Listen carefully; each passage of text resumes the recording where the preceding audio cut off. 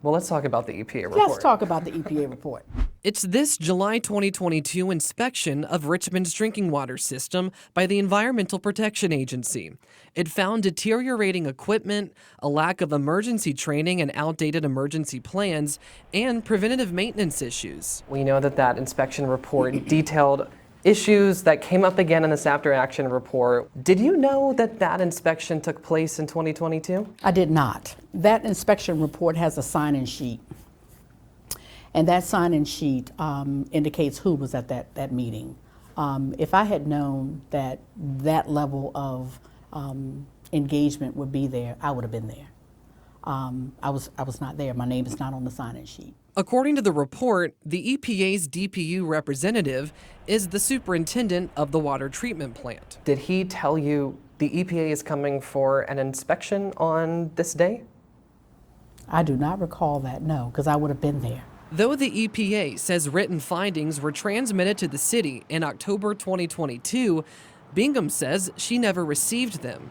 It was not until the Virginia Department of Health followed up with her 2 years later that she says she became aware.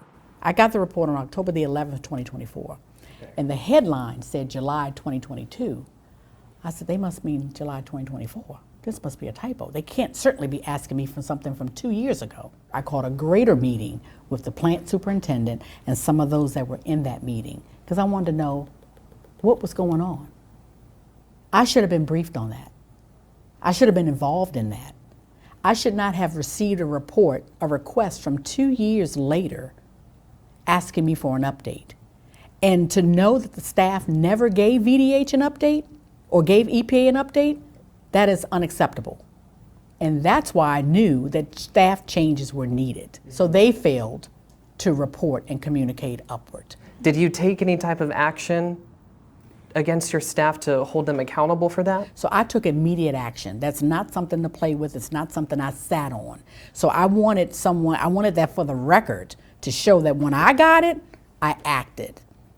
And so the deputy director, again, we had already come up with a job description. We were planning to make some staffing changes, and that was the plan. So at that point, we got sideswiped because we needed to get the response out of the door for EPA. But those changes still probably need to be made. That shouldn't be on pause. Bingham sent a response to the EPA with recommended corrections to include updating emergency planning on January 3rd, 2025, which she feels they mirror some of the recommendations from HNTB's report of the water crisis. The things that were already in place, they were just magnified on January 6th by either not being complete or being in some phase of completion. That's what I feel. And do you feel, though, that you should take accountability for the fact that those things weren't complete?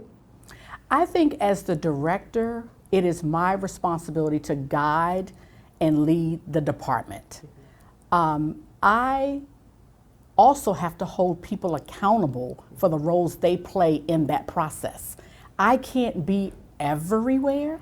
When asked for a response to Bingham's description of the process of the EPA report, a city spokesperson said that the new DPU director, Scott Morris, updated protocols to include engagement and communication with state and federal regulatory agencies, but they did not directly comment on whether plant staff notified Bingham of that inspection. Other records detailing equipment in need of replacement include this 2012 study showing that electrical components were obsolete and surpassed their lifespan, 2016 solicitations for projects to upgrade those components, including the switchgear, which failed on January 6th, and a 2020 WRA conditions assessment showing electrical assets at risk of failure. They all predate Bingham's appointment in late 2021. From years of deferred maintenance or years of decisions that I was not a part of, I can't answer to all of that. Do you have any insight as to why that switchgear component that was identified as needing replacement over a decade ago why that procurement was never fulfilled? I can't answer that, Tyler. I really can't. I've been reading through the HNTB reports trying to figure that out. I've learned more about a switchgear than I care to know through this process. But engineers will be able to help you with that. So you were relying on the engineers to push those projects forward and making sure that replacements were being done if they were identified. The engineers are responsible for working with plant operations and plant maintenance to ensure that assets are replaced, repaired. So for WRA, if they did a condition assessment and they're working with our engineers, someone should have been on top of this is a critical failure, this is a critical component, this is a critical priority. And you didn't have any idea that those critical components needed to be replaced? Not to that gravity, no, I did not. Bingham says she did receive capital investment plan updates from DPU engineers at least bi-weekly, but she says they were more high-level rather than technical. She believes that these questions should be explored in HNTB's after-action investigation, but says the firm did not interview any DPU engineers for its first 2 reports. A city spokesperson did not directly answer questions about the engineers' responsibilities as they relate to infrastructure projects, citing a personnel matter. Do you feel like you failed the city of Richmond in any way? I did not fail the city of Richmond. What happened on January 6th was an unforeseen, and it was an unfortunate incident or event. I even say crisis, because I'm not going to discredit it.